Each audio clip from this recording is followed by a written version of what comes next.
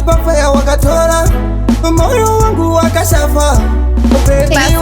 Bebiwe mbavaye moyo wangu ndiwe, akaba moyo wangu ndiwe, pepe ndiutajisere uko wakawisa nisiwe. Mbavaye moyo wangu ndiwe, akaba moyo wangu ndiwe, pepe ndiutajisere uko wakawisa nisiwe. Chero vakakutinzenza kasikwa ndiri unosenza, uzaunoda ndichatenga uvakakutuka chingotenza. Baby don't you worry, I got you no worry. Achandibikira ndiwe, achandiwachira ndiwe. Mbavaye moyo wangu ndiwe, akaba moyo wangu ndiwe, pepe ndiutajisere uko wakawisa nisiwe.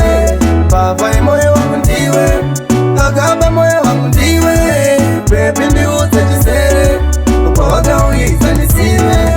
Andingakwanise kukuchamuka pafeya mwe mwana wakanyanyisa, ndiwe munu wacho pasine kudenga pafeya ini ndapiliva. Kusakuza kunyara pasi pafeya wakatola moyo wangu wakashafa. Bebiwe mbavaye moyo wangu ndiwe, akaba moyo wangu ndiwe, pepe ndiutajisere uko wakawisa nisiwe.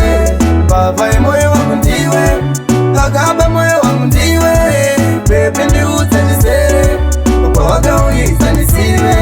Chero vakakutinzenza kasikwa ndiri unosenza, uzaunoda ndichatenga uvakakutuka chingotenza. Baby don't you worry, I got you no worry. Achandibikira ndiwe, achandiwachira ndiwe. Mbavaye moyo wangu ndiwe, akaba moyo wangu ndiwe, pepe ndiutajisere uko wakawisa nisiwe.